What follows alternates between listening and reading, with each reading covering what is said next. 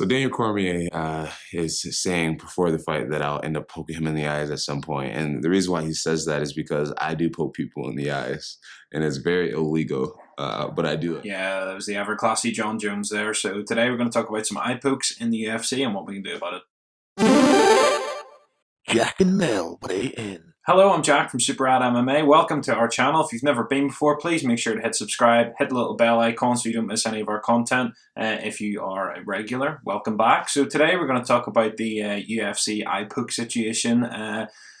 Recently, Stipe and DC has been the one a lot of people have been talking about. I personally don't think that's why Stipe lost that first fight. I think that DC's camp knew what his tendency was in the clinch, and that's why he got hit.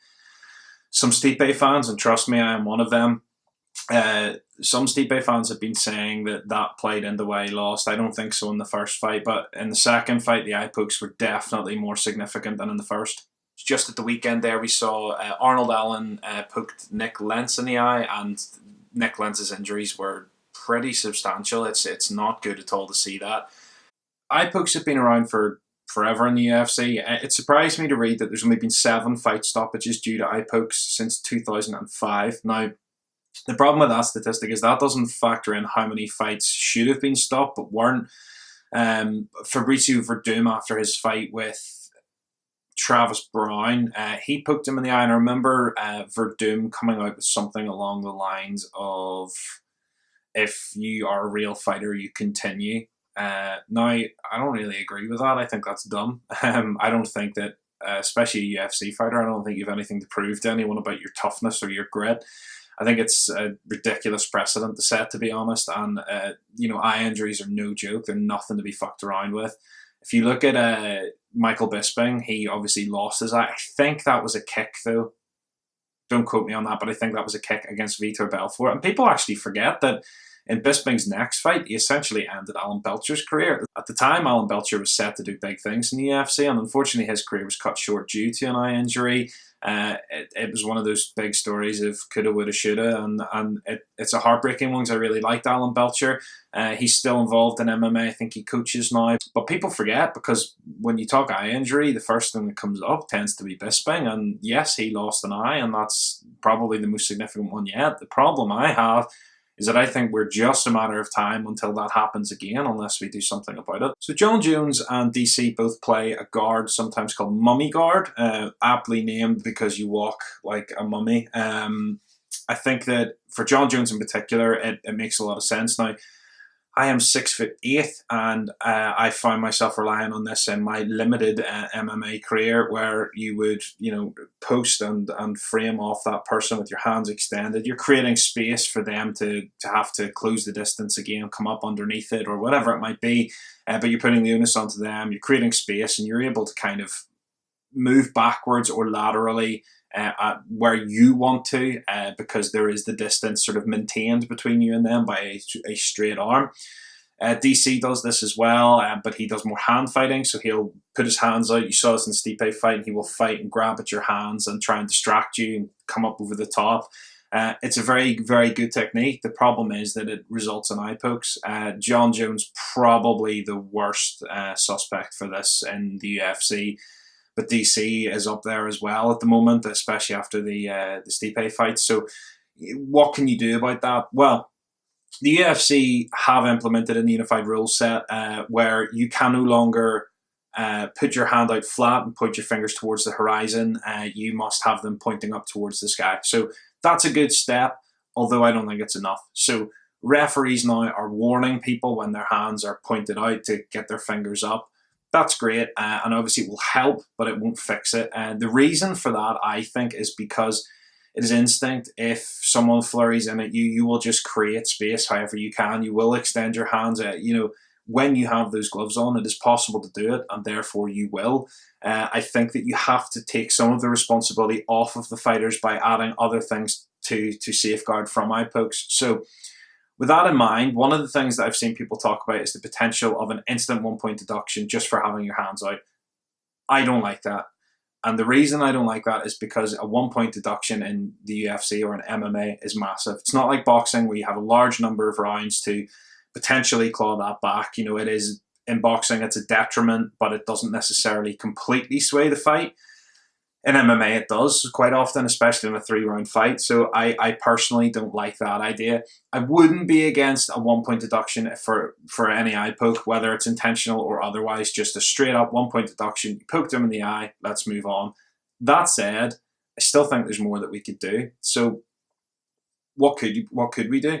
Well, one of the things you see the Joe Rogan bros talk about, and I love Joe Rogan, but you hear them banging on about the Pride gloves and about a glove redesign. So the Pride gloves, they were great, and they did seem to, from what I remember, limit eye pokes. But I mean, I only sort of casually watched Pride at the time, but I don't recall it being a thing. That said, the idea of a glove redesign is a good one to some extent. I just don't think it needs to be a complete, like a new design that hasn't been done before. The Pride gloves were slightly curved, which I've heard limited grappling, but again, I don't remember seeing that in Pride, so I don't know if anyone can think of an example of that. Please let us know in the comments below. I could be wrong. Whenever Mel and I had our MMA fights, we've had 2 novice MMA fights because we felt like if we were going to podcast on the UFC or we were going to do videos like this, we should at least have some kind of working knowledge of it. You know, I mean, we were 29 when we started, so you know we were never going to go pro, probably never even going to have I might not even have another one, but I wanted to experience it so that I could make videos like this with some kind of insight. Now, one of the things that I find interesting was we wore these. So this is a Hayabusa MMA glove. It is a brilliant bit of kit. If anybody is needing MMA gloves for training, I recommend these thoroughly. These are 6 ounces instead of 4, but trust me, they still suck getting hit by them. That said, I like this glove design for a number of reasons, and I think the UFC could learn from it. When you put your hand in, you have 4 straps there, 4, and one for your thumb, that do give your fingers a little bit of movement, so you're not completely limited. But it doesn't have the single fingers at the knuckles, which to me helps with not being able to extend your fingers. Now, in these gloves, you can extend your fingers, but there's a caveat to that. You cannot do it for a prolonged period of time because the glove fights against you. So if you see the slight curve of the glove, you can extend your fingers, but after a second or two, you're feeling that in your wrist. So you wouldn't just be able to just hold your hand out and just keep it, you know, your fingers extended. So that's a good thing to me. I think that, you know, you would definitely struggle to play that John Jones fingers out at every single millimeter of extension that you can get. I think that will be hard in these gloves, to be honest. But the thing I like about them is that you can move a little bit, which means that, see, if you were trying to sneak a choke in, or, you know, you're trying to get in under your own armpit or under, you know, under a wrist or whatever it is, you can go back for a little second or so. So you're not going to permanently be able to do it, but there's enough movement in these that I think that you would be able to, well, I know you can grapple quite comfortably in them.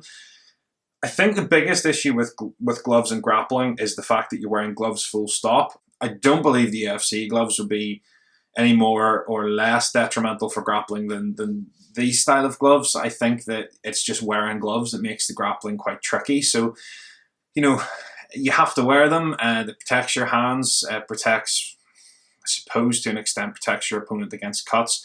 But I mean, I don't see any reason why you couldn't go to an established brand like Hayabusa, like Fairtex, like any of the people that make gloves, including the company that make the UFC's gloves, why you couldn't go to them and take an amateur-style glove and modify it for the UFC. I couldn't see how you couldn't put 4 ounces of padding into these instead of 6 and have a perfectly serviceable glove. Mel and I have made many artistic short films to do with MMA, including some highlights of some amateur fights, which you'll find, we'll link them on the end card of the video so you can find them if you're interested.